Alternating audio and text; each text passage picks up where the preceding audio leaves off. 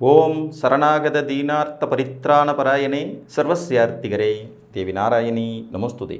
வணக்கம் நேயர்களே, இது மகாலட்சுமி ஜோதிடம் வழங்கும் காலச்சக்கரம்.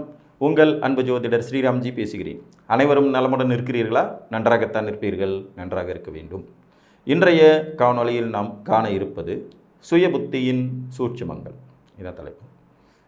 ஒரு ஜாதகம் லக்னம், ராசி, ஜென்ம நட்சத்திரம் வழியாக கட்டமைக்கப்பட்டது. இதில் இந்த ஜென்ம நட்சத்திரம் அப்படிங்கிறதுனுடைய அடிப்படையில் தான் அவங்களுடைய தசா புத்திகள் தீர்மானிக்கப்படும். இப்போ பரணி நட்சத்திரத்தில் பிறந்தார்னா சுக்கிர திசை, மூல நட்சத்திரத்தில் பிறந்தார்னா கேது திசை. அதுதான் முதல் தசையாக ஆரம்பமாகும். அதில் தசாநாதர்கள் தான் எப்போவுமே அரசர். இந்த அரசன் எனும் தசாநாதனே உங்கள் வாழ்வியல் சம்பவங்கள் அனைத்தையும் தீர்மானிப்பவர். நீங்கள் உயரத்துக்கு போகணுமா, கீழே போகணுமா, விபத்தில் சிக்கணுமா, கோடீஸ்வரன் ஆகணுமா, சொந்த தொழில் செய்யணுமா, முன்னுக்கு வரணுமா, திருமணம் முறிந்து போகணுமா, குழந்தை உங்களுக்கு வேணுமா வேணாமா, அத்தனையும் தீர்மானிப்பது, வாழ்வியல் சம்பவங்கள் அனைத்தையும் தீர்மானிப்பது தசாநாதர்கள். தசாநாதன்கிறவன் ஒரு அரசன் மாதிரி. ஒரு தசாநாதனுக்கு எப்போவுமே அதோடைய சுய புத்தியிலிருந்து தான் அந்த தசை ஆரம்பமாகும். இப்போ உதாரணமாக சூரிய திசை ஒருத்தருக்கு ஆரம்பிக்குதுன்னா சூரிய திசை சூரிய புத்தியிலிருந்து தான் ஆரம்பிக்கும். அதுக்கப்புறம் சந்திர புத்தி, செவ்வாய் புத்தி, ராகு புத்தி, குரு புத்தின்னு வரிசையாக வரும். கிரக வரிசையின் அடிப்படையில் அது ஒரு சூட்சுமம். ஒருத்தருக்கு சந்திர திசை ஆரம்பிக்குதுன்னா முதல்ல சந்திர திசையோட சந்திர புத்தி தான் ஆரம்பிக்கும். இதை சுய புத்தி அப்படின்னு சொல்லுவாங்க, சொந்த புத்தி. ஒரு அரசனுக்கு நிகரான தசாநாதன் எப்போவுமே சொந்த புத்தியில் கொஞ்சம் அசம்பந்தமாக தான் இருப்பார். ஏன்னா அவர் அரசன் இல்லைங்களா? அவரே வந்த உடனே எல்லா வேலையும் இழுத்து போட்டுட்டு செய்யணுமா அப்படின்னு கொஞ்சம் ஒரு அசம்பந்தம் இருக்கத்தான் செய்யும். ஒரு சோம்பேறித்தனம், ஒரு நிதானம், பார்த்துக்கலாம் அப்படிங்கிறது மாதிரியான ஒரு எண்ணம். ஆளுங்கள்லாம் வரட்டும், வேலையாட்கள் வரட்டும், அவங்கள வச்சு வேலை வாங்குவோங்கிறது மாதிரி புத்திநாதர்களை வேலையாட்கள் மாதிரி பயன்படுத்துவாங்க. சில நிலைகளில் விசேஷமான சில ஜாதக அமைப்பில் சுய புத்தியும் கூட மிக வேகமாக வேலை செய்துவிடும். கழிவும் தனதும் பலன் தரா மாரக திசை தவிர அப்படின்னு ஒரு பாட்டே உண்டு. கழிவும் தனதும் பலன் தரா மாரக திசை தவிர அப்படின்னா என்ன அர்த்தம்னா, ஒரு தசையினுடைய கடைசி புத்தியும் ஒரு தசையினுடைய முதல் புத்தியும், அதாவது இப்போ ஒரு குரு திசை ஒருத்தருக்கு நடக்குது, இதுக்கு முன்னாடி செவ்வாய் திசை நடந்துட்டுருக்கு. செவ்வாய் திசையுடைய கடைசி புத்தியான ராகு புத்தியும் இந்த குரு திசையினுடைய முதல் புத்தியான குரு புத்தியும் பலன் தராது. உங்களுக்கு அந்த குரு மாரகாதிபதியாக இருந்தால் மட்டும்தான் பலன் தரும் அப்படின்னு ஒரு பழமொழி உண்டு. அப்படின்னா மாரக புத்தி மட்டும்தான் வேலை செய்யுமான்னு கேட்டால் அப்படிலாம் இல்லை. நான் சொன்னதை நீங்கள் நல்லா தெளிவாக புரிஞ்சுக்கலாம். ஒரு அரசன், வீட்டின் தலைவன் அப்படின்னு கூட வச்சுக்கலாம். இவரே எல்லா வேலையும் செய்வாரானா அதெல்லாம் இல்லை. ஒரு குடும்ப தலைவனாக இருக்கட்டும், ஒரு அரசனாக இருக்கட்டும், அவர் மந்திரியை ஏவி விட்டு, சேனாதிபதியை ஏவி விட்டு, சிப்பாய்களை ஏவி விட்டு, வேலைக்காரர்களை ஏவி விட்டு வேலை செய்ய வைப்பார். இப்போ தசாநாதன்கிறவன் எப்போவுமே அரசன் தான். உங்கள் லக்னாதிபதி, ராசி அதிபதியில் எவ்வளோ பவர்ஃபுல்லாக இருந்தாலும் தசாநாதனுக்கு முன்னாடி வாலாட்ட முடியாது. மிகச்சிறந்த ராஜயோகம் கொண்ட ஜாதகங்கள் கூட ஒரு குறிப்பிட்ட தசைகளில் வீழ்ச்சி அடைவதை நம்ம கண் முன்னாடி பார்ப்போம். சாதாரண நிலையில் வாழ்ந்துட்டு இருக்கிற ஒரு மனிதன் கூட ஒரு குறிப்பிட்ட திசையில் மட்டும் நல்ல ஒரு வாழ்வியல் முறைகள் மாறுறதையும் நம்ம கண்ணில் பார்ப்போம். இதெல்லாமே தசாநாதர்கள் செய்யக்கூடிய சூட்சுமங்கள் தான். அதில் அந்த சொந்த புத்தி, சுய புத்திங்கிறது மட்டும் கொஞ்சம் அசம்பந்தமாகவே இருக்கும் தகுதி உடையது. உங்களுக்கு சுக்கிர திசை ஆரம்பிக்க போதுப்பா, இனிமேல் ரொம்ப நல்லாயிருக்கும் அப்படின்னு பொதுவாக ஜோதிடர்கள் சொன்னாலும் அவங்க அடுத்த வருஷமே நோட்டை தூக்கிட்டு வருவாங்க. என்ன சாமி, சுக்கிர திசை ஆரம்பிச்சிருச்சு, ஒரு வருஷம் ஆயிடுச்சு, ஒன்றுமே தெரியலன்னா சுய புத்தி அவ்வளோ மெதுவாக வேலை செஞ்சுட்டு 20 வருஷம் கொண்ட சுக்கிர திசை. ஒரு மகர லக்கண ஜாதகம், 5ஆம் இடத்துலேயே சுக்கிரன் ஆட்சி, சுக்கிரன் ஒரு இயற்கை சுபர், புதனும் கூட சேர்ந்துருக்காரு, தர்ம கர்மாதிபதி யோகம், லக்னத்தில் லக்னாதிபதி சனி ஆட்சியாக இருக்கார்.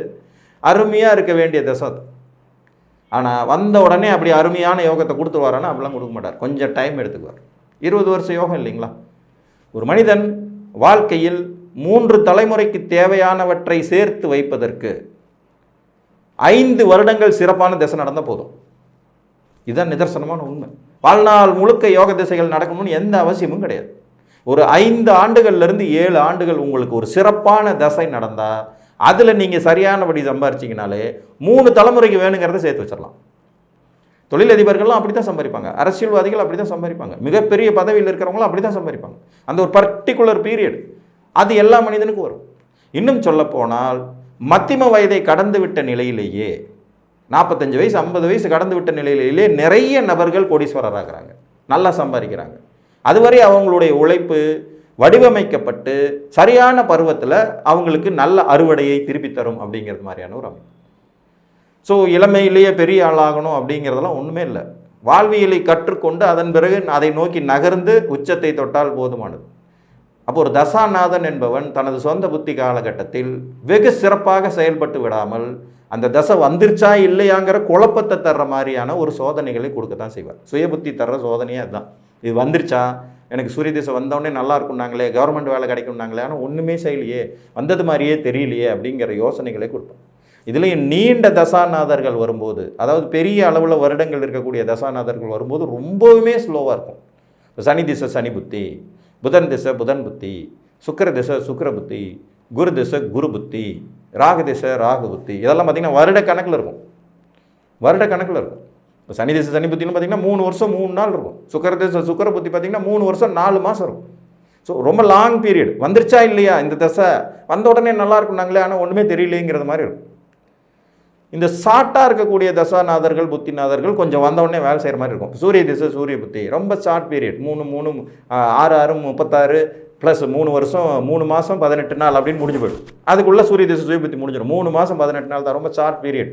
சந்திர திசை சந்திர புத்தி 10 மாதம் முடிஞ்சிடும். செவ்வாய் திசை செவ்வாய் புத்தி 4 மாதம் சம்திங் முடிஞ்சிடும். இதெல்லாம் வந்து பார்த்திங்கன்னா வந்தோடனே சந்திர திசை சூரிய திசை செவ்வாய் திசையெல்லாம் கொஞ்சம் ஃபாஸ்ட்டாக மூவிங் இருக்கிறனால அது வந்துச்சு, வந்தோடனே வேலை செஞ்சிச்சுங்கிற மாதிரி இருக்கும். இந்த நீண்ட காலம் திசை நடத்தக்கூடிய கிரகங்கள் அவங்க நீண்ட காலம் உங்களை வடிவமைக்க வேண்டியது இருக்கும். அப்படிங்கிறதுனாலேயே மெதுவாகவே செயல்படுவார்கள். சுய புத்தி வேலை செய்யுமா செய்யாதா அப்படிங்கிறதுல 2 விதமான கலப்பு பலன்களும் இருக்கும். அவர்கள் எந்த மாதிரியான வலுவை பெற்றிருக்கிறார்கள் என்பதும், அவர்களுக்கு வேலை செய்வதற்கான நபர்கள் சரியானபடி அமைய பெற்றிருக்கிறார்களா என்பதையும் பொறுத்து தான் அது வேலை செய்யுமா இல்லையான்னு சொல்லுது. இப்போ ஒரு தசாநாதனுக்கு கேந்திரத்தில் திரிகோணத்துல எல்லாம் வலுவான கிரகங்கள் இருக்குன்னா அந்த தசாநாதன் வேலை செய்ய மாட்டார். இவங்களை தூண்டி விட்டு தான் வேலை செய்ய வைப்பார். தசாநாதனுக்கு நிறைய கிரகங்கள் மறைந்திருக்கு. இப்போ ஒருத்தருக்கு வந்து சுக்கிர தசை ஆரம்பிக்குது, சுக்கிரன் ரிஷபத்தில் இருக்கார், ஆனால் அவருக்கு 8ஆம் வீடான தனுசுலேயே 4 கிரகங்களுக்கு மேலே இருக்குது, 12ஆம் வீடான மேசத்தில் ஒரு 3 கிரகம் இருக்குது, ஆக மொத்தம் 7 கிரகங்கள் வந்து சுக்கிரனுக்கு மறைஞ்ச நிலையில் இருக்குது. அப்படிங்கும்போது சுக்கிரனே வேலை செஞ்சாக வேண்டிய கட்டாயம் வரும். யாருமே இல்லைன்னா ராஜாவே சமைச்சு தான் ஆகணும். அந்த மாதிரியான ஒரு சூழ்நிலை தான். யாருமே இல்லை, பட்னி கிடந்துகிட்டே இருக்க முடியுமா? அவருக்கு வேலை செய்ப தகுதி கொண்டவர்கள் எப்படி இருப்பாங்க? அவருக்கு கேந்திரத்தில் இருப்பாங்க, அவருக்கு திரிகோணத்தில் இருப்பாங்க, அவருடைய இன்னொரு வீடுகளில் இருப்பாங்க. இப்போ சுக்கிரன் ரிஷபத்தில் இருக்காருன்னா துலாமில் இருக்க கிரகங்களை வேலை செய்ய தூண்டிடுவார். புரியுதுங்களா? அந்த 4 7 10 இருக்கக்கூடிய கிரகங்கள், தனது வீட்டிலேயே இருக்கக்கூடிய கிரகங்கள், தனக்கு திரிகோணத்தில் இருக்கக்கூடிய கிரகங்களை ஈஸியாக வேலை செய்ய தூண்டுவார். தனக்கு மறைந்திருக்கும் கிரகங்கள் இவர் சொன்னால் அவங்க கேட்க மாட்டாங்க. அவனே சொல்கிறது நம்ம என்ன கேட்குறது அப்படிங்கிறது மாதிரி இருக்கும். ஒரு தசாநாதனுக்கு சுய புத்தி வேலை செய்யுமாங்கிறத இந்த சூட்சுமத்தின் அடிப்படையில் தான் நம்ம எடுக்க முடியும். கேந்திர திரிகோணத்தில் நிறையா கிரகங்கள் இருந்துச்சு, ஒரு 6 கிரகம் 7 கிரகம் அவருடைய கேந்திர திரிகோணத்தில் இருக்குன்னா தசாநாதனோட சுய புத்தி வேலை செய்யாது. இவங்களை வேலை செய்கிறதுக்கு தூண்டி அவர் ரெடியாக இருப்பார். ஆனால் நிறைய கிரகங்கள் அவருக்கு மறைந்த சூழ்நிலையில் வேறு வழியே இல்லாமல் அவர் தான் வேலை செஞ்சாக வேண்டியது இருக்கும். ஆனால் அதே நேரத்தில் தசாநாதனுக்கு நிறைய கிரகங்கள் மறைந்த போது அந்த தசையினுடைய முழுமையான நல்ல பலன்கள் கிடைக்காம போகும். நீங்கள் நல்லா யோசிச்சு பாருங்கள். ஒரே ஒரு ராஜா, அந்த ராஜாவுக்கு வேலை செய்கிறதுக்கு ஆளே இல்லை. அப்போ அந்த ராஜாங்கம் எப்படி இருக்கும்? ஒரு ராஜா இருக்கார், அவருக்கு கீழே 3 மந்திரி இருக்காங்க, 4 சேனாதிபதி இருக்காங்கன்னா அந்த ராஜாவுக்கு கீழே இருக்கிற ராஜாங்கம் எப்படி இருக்கும்? இதுதான் டிஃபரன்ஸ். இப்போ சுய புத்தி நமக்கு நன்மை தருமா இல்லையா என்பதை அறிந்து கொள்வதற்கும் இந்த சூட்சுமங்கள் அவசியம் தேவைப்படும் என்று கூறி, எப்போதும் சின்ன அளவிலான தசாபுத்திநாதர்கள், அதாவது சூரியன் சந்திரன் செவ்வாய் மாதிரி ஷார்ட் பீரியடில் உடனே ஆரம்பித்து உடனே முடிக்கிறவங்க கொஞ்சம் சீக்கிரமே வேலை செய்வாங்க. பெரிய அளவிலான தசைகளை கொண்டவர்கள் சுக்கிரன் சனி புதன் ராகு குரு இவங்களாம் லாங் பீரியடுங்கிறவங்க, 2 வருஷத்துக்கு மேலே சுயபுத்தியவே நடத்திட்டு இருக்கவங்க, 3 வருஷம் சுயபுத்தியை நடத்துகிறவங்க கொஞ்சம் மெதுவாக தான் நிதானித்து தான் வேலை செய்வார்கள் என்று கூறி, மீண்டும் ஒரு காணொலியில் உங்களை வந்து சந்திக்கும் வரை உங்களிடமிருந்து அன்புடன் விடைபெற்றுக் கொள்வது உங்கள் அன்பு ஜோதிடர் ஸ்ரீராம்ஜி. நன்றி, வணக்கம்.